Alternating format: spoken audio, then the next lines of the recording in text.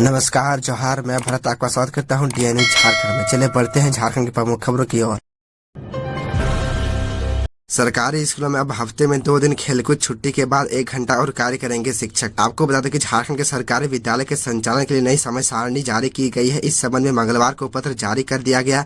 नई समय सारणी में अब छुट्टी के बाद शिक्षक व विद्यार्थी खेलकूद के लिए 1 घंटा अतिरिक्त नहीं रुकेंगे। अब सप्ताह में 2 दिन स्कूल अवधि के दौरान ही 2-2 घंटे खेलकूद के लिए निर्धारित किया गया। वहीं प्रत्येक सप्ताह 1 घंटे बच्चों को पुस्तकालय के लिए निर्धारित किया गया है। स्कूली शिक्षा एवं साक्षरता विभाग द्वारा इस संबंध में जिलों को निर्देश जारी कर दिया गया है। बुधवार व शनिवार को शारीरिक स्वास्थ्य को बढ़ावा देने के लिए 1 घंटे आदि गतिविधि संचालित की जाएगी। योगमय झारखंड कार्यक्रम के तहत स्कूलों में योग से संबंधित गतिविधियों का आयोजन किया जाएगा। किसी जिला में किस खेल को प्राथमिकता दी जाए, इस संबंध में भी जिलों को दिशा निर्देश दिए गए हैं। समय सारणी में अलग अलग कक्षाओं में किस घंटे में किस विषय की पढ़ाई होगी, इसकी जानकारी भी दी गई है। विभाग द्वारा जारी निर्देश के अनुरूप शिक्षक अब विद्यालय में छुट्टी के बाद 1 घंटा प्रधानाध्यापक के निर्देश के अनुरूप स्कूल से संबंधित कार्य करेंगे। टाटा स्टील में मेडिकल ऑफिसर, स्पेशलिस्ट और सुपर स्पेशलिस्ट चिकित्सकों के लिए निकली बहाली। 25 जून है लास्ट डेट। आपको बता दें कि टाटा स्टील में अपने सारे लोकेशंस के लिए अलग अलग योग्यता के चिकित्सकों की बहाली निकाली है। करीब 12 संवर्ग में बहाली निकाली गई है। सभी पदों के लिए आवेदक को कम से कम 9 साल का अनुभव होना चाहिए। रजिस्ट्रेशन नंबर के साथ सर्टिफिकेट होना जरूरी है। कंपनी की ओर से जारी अधिसूचना में बताया गया कि सबकी बहाली सारे सर्टिफिकेट की जाँच करने और इंटरव्यू के बाद की जाएगी। TATASteel.com की कैरियर ऑप्शन के माध्यम से ऑनलाइन आवेदन जमा लिया जाएगा। 25 जून आवेदन की अंतिम तिथि है।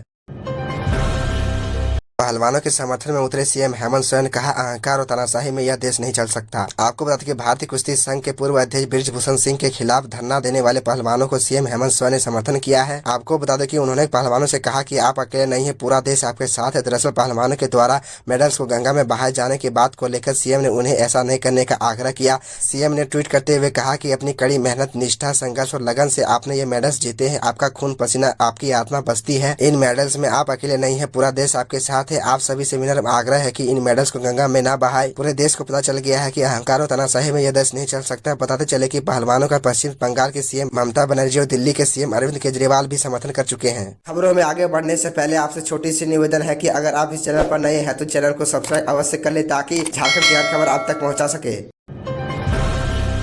मॉडल ने किया लव जिहाद वाला दावा, कहा तनवीर खान ने यश बनकर फंसाया धर्म बदलने का दबाव। आपको बता दें कि झारखंड के रांची में लव जिहाद का मामला सामने आया है। मूल रूप से बिहार के रहने वाली मॉडल मानवी राज ने आरोप लगाया है कि मॉडलिंग कंपनी के संचालक तनवीर अख्तर खान ने हिंदू के नाम यश के जरिए उसे फंसाया और लव जिहाद का शिकार बनाया। मानवी का आरोप है कि आरोपी उस पर लगातार धर्म परिवर्तन कर शादी करने का दबाव बना रहा है। वहीं आरोपी तनवीर ने आरोपों को बेबुनियाद बताते हुए उल्टा युवती पर फ्रॉड करने का आरोप लगाया है। इस बीच सोशल मीडिया में युवती का वीडियो भी वायरल हुआ। मानवी ने ऑफिशियल ट्विटर पर वीडियो डालकर आप बीती कही है। मानवी का कहना है कि वह तनवीर की हरकतों से परेशान होकर रांची छोड़कर मुंबई आ गई, लेकिन उसने वहां भी उसका पीछा नहीं छोड़ा। तनवीर मुंबई भी पहुंच गया और वहां भी धर्म परिवर्तन कर शादी करने का दबाव बनाने लगा। आखिरकार परेशान होकर उसने शिकायत दर्ज कराई। सीसीएल में पीएफ घोटाला जांच में अब तक मिला 1,37,00,000 रुपए से अधिक। आपको बता दें कि सीसीएल के बीएंडके एरिया में कई मृत व रिटायर्ड सेवानिवृत्त कर्मियों के पीएफ का भुगतान फर्जी तरीके से होने के मामले की परत दर परत खुलती जा रही है। जैसे जैसे सीबीआई जांच आगे बढ़ा रही है, वैसे वैसे कई चौंकाने वाले खुलासे हो रहे हैं। मंगलवार की शाम को करगली गेस्ट हाउस में पत्रकारों से बात में सीबीआई अधिकारियों ने बताया कि अभी तक 10 सीसीएल कर्मियों के परिजनों व अन्य से पूछताछ की जा चुकी है। इसमें कई बातें सामने आई है। अन्य बाकी लोगों से पूछताछ की जाएगी। जाँच में अभी तक 1,37,00,000 रुपए से अधिक के घोटाले का मामला सामने आया है। आपको बता दें कि इस मामले में कई अधिकारियों के संलिप्त होने की भी बात सामने आई है। जांच में फिलहाल समय लगेगा और आगे और भी गड़बड़ी सामने आने की उम्मीद है। मालूम हो कि सीसीएल के सभी एरिया में बारी बारी से सीबीआई की टीम मामले की जांच कर रही है। एक सप्ताह से बीएंडके एरिया में भी सीबीआई अधिकारियों की 2 सदस्यीय टीम जाँच कर रही है। अधिकारी करगली गेस्ट हाउस में रुके हैं। यहाँ वर्ष 2012 से 2016 के बीच रिटायर हुए कई कर्मियों के पीएफ भुगतान मामले में हुई गड़बड़ी की जाँच कर रही है। ईडी के छापे पर बाबूलाल का तंज, बोले झारखंड में लूटतंत्र चल रहा है, सीएम हेमंत को भी घेरा। दरअसल आपको बता दो कि ईडी ने मंगलवार को राजधानी रांची और गोड्डा के कई ठिकानों पर ताबड़तोड़ कार्रवाई की। कांग्रेस विधायक प्रदीप यादव सहित उनके करीबी और कुछ ठेकेदारों के यहाँ कार्रवाई की गई। ईडी ने कार्रवाई के दौरान एक स्थान से 60 लाख रुपए भी जब्त किए हैं। अब इस कार्रवाई को लेकर बीजेपी झारखंड के हेमंत सोरेन सरकार पर हमलावर हो गई है। बाबूलाल मरांडी ने सिलसिलेवार ट्वीट के जरिए मुख्यमंत्री हेमंत सोरेन पर निशाना साधा है। बाबूलाल मरांडी ने आरोप लगाया कि मुख्यमंत्री झारखंड के गहरे कुएं में गिर चुके हैं। आपको बता दूं कि बाबूलाल मरांडी ने मुख्यमंत्री हेमंत सोरेन पर भ्रष्टाचार पर चुप्पी साध लेने का आरोप लगाया है। बाबूलाल ने यह भी कहा है कि कई नौकरशाह भी इसके जद में आएंगे।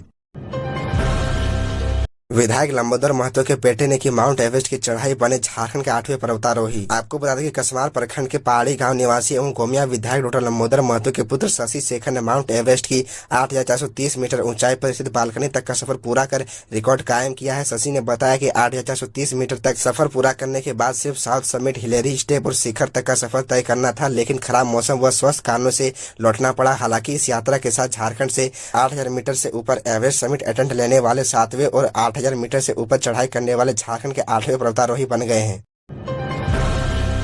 मुख्य सचिव की आपत्ति के बाद हटाए गए 28 विशेषज्ञ कल्याण विभाग ने रिटायर्ड अधिकारियों को किया था बहाल। कल्याण विभाग में बहाल किए गए 28 विशेषज्ञों को हटा दिया गया है। विभाग के सचिव के श्रीनिवासन की पहल पर एक इंटरव्यू कमेटी बनाकर यह बहाली की गई थी। महज साक्षात्कार के जरिए मार्च 2023 में बहाल हुए विशेषज्ञों में रिटायर्ड प्रशासनिक अधिकारी, इंजीनियर, बैंकिंग और शिक्षा सेवा से जुड़े अधिकारी शामिल थे। अलग अलग सेवा से जुड़े इन अधिकारियों के लिए 60 से 75 हजार रुपए मानदेय तय किया गया था। इन अफसरों को 1 महीने का मानदेय भी दिया गया। आपको बता दें कि सबसे अहम बात यह है कि विभाग ने इन विशेषज्ञों की बहाली के लिए वित्त एवं कार्मिक विभाग से अनुमति भी नहीं ली थी। बहाल किए गए 28 विशेषज्ञों में से 24 कल्याण निदेशालय और 4 विभागीय मुख्यालय में सेवा दे रहे थे। विभाग की इस अस्थायी बहाली पर सरकार की ओर से सवाल उठाए गए। इसके बाद मुख्य सचिव सुखदेव सिंह ने आपत्ति जताई। इसके बाद विभाग सचिव ने 29 मई को इन विशेषज्ञों को हटाने का निर्देश जारी कर दिया।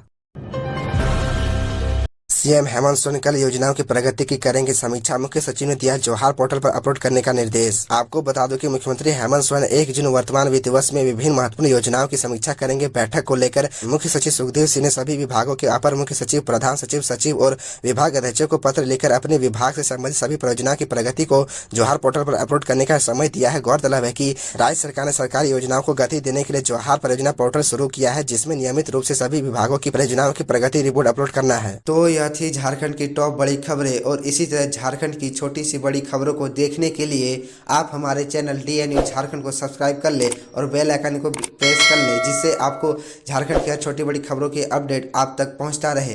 तो आज के लिए इतना ही, हमें दीजिए इजाज़त, फिर मिलते हैं आपसे अगले वीडियो में।